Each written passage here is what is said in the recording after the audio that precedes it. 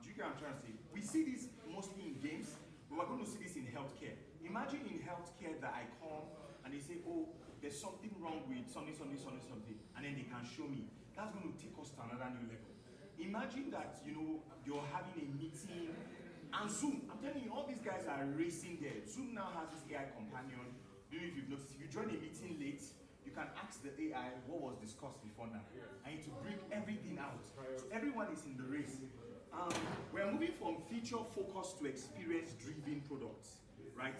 Most times we release features, then we now test them to see if people like them, then we take them back. But we're going to move to experience-driven features with VR and AR. Do you understand? It's not just going to be of, oh, we think we should do this. We're going to be thinking, oh, what experience should our clients, I'll give an example with him. How do we empower people who come with their cars? How do we help them? Sometimes also, mechanics want you to take better care of your car, right? But there's just so much to do. Imagine he has an app where people can pay $5 a month, right? And on that app, it's immersive. It helps the average Nigerian know how to maintain their car. Or, put in water, maybe every 2 weeks, depending on the car you have. So if you have BMW, they've done the research, they know that every 2 weeks you need to add water to the carburetor, right? If you have Mercedes, right, they know that every 1 month, I don't know, I'm not a car person, you need to change oil, right? So he's making money not just from a car spoiling, but also from preventive care for the vehicle. That's what VR and AR can bring. We're going to see data-driven decision making. Product managers will now leverage data analytics to understand behavior. We talked about that before. Measure product performance and guide decision making.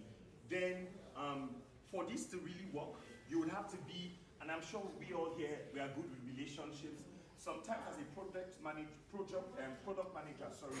or a product designer, the challenge of fleshing out, managers focus on strategic initiatives, AI-powered recommendation engines. We talked about Netflix, predictive analytics for product roadmaps. We've talked about that too. Using historic data, to predict future trends. So, sorry, I'm just using you, sir. So, like the auto care, for example, they have data, right? It might be manual entry data, but they can use it to predict what will be. They can know that on Mondays, they will have 20 cars, right? That's what you should be using AI for. They will know that on Fridays, we will have 2 cars. It will now inform how many staff they should employ. It will now inform who should be on shifts, freeing up the time.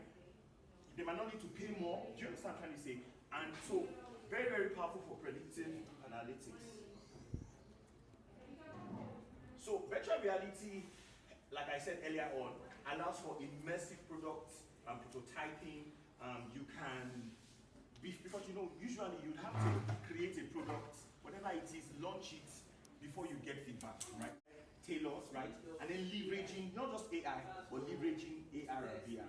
Imagine sending, because most times when tailors want to send like images of their clothing, they'll use celebrities, right? But imagine saying, oh no, we can show you what the clothes will look like on you. Just send us a picture of you, right? I'll show you how Meta. Exactly. Meta has a feature like that, right? So I'll show us, how you can just upload a picture and then you see the picture working. You understand? Literally.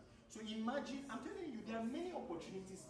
Nigeria is the right ground for these things because the problem we've had with some former technologies is the ICT infrastructure.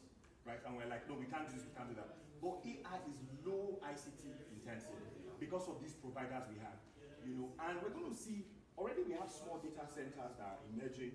Even MTN is trying to break and pay for the software online. So she was in the US, and in the US she was seeing $50. But I was here in Nigeria and I was seeing $16. And and then also to customize product experiences. So I was talking about the blend, right, of physical and digital experience. I hope you are learning something. Yeah. He mentioned something that actually we do normally, but it skipped my mind. Stretching, aside the break, it's good to stretch because it's still early. So AR, augmented reality shopping, this is a thing already, allows you to enhance, the quality of the person who is shopping. To see, sometimes you're in a store, you might not want to try on clothes, you might not want to try on a glass, you don't know if someone has tried it on before. AR and VR can leverage that, experience to ensure that, and let's just bring it home, here, as a country, Nigeria. Maybe you sell bags or whatever you sell, whatever product you sell, and this is where research comes in. So I might share something to you or with you that you can't relate to, right? Because we're not in the first world country. But that's where you have ChatGPT. And you can say, ChatGPT, this is my business. You write a little bit about your business. How can AR and VR be integrated? Interactive products, packaging, personalized customer support with chatbots, and etc. Yes, so AR overlays digital information into the real world, enhancing user experience. We are seeing AR in gaming, we are seeing AR for navigation, and then retail. We are seeing VR for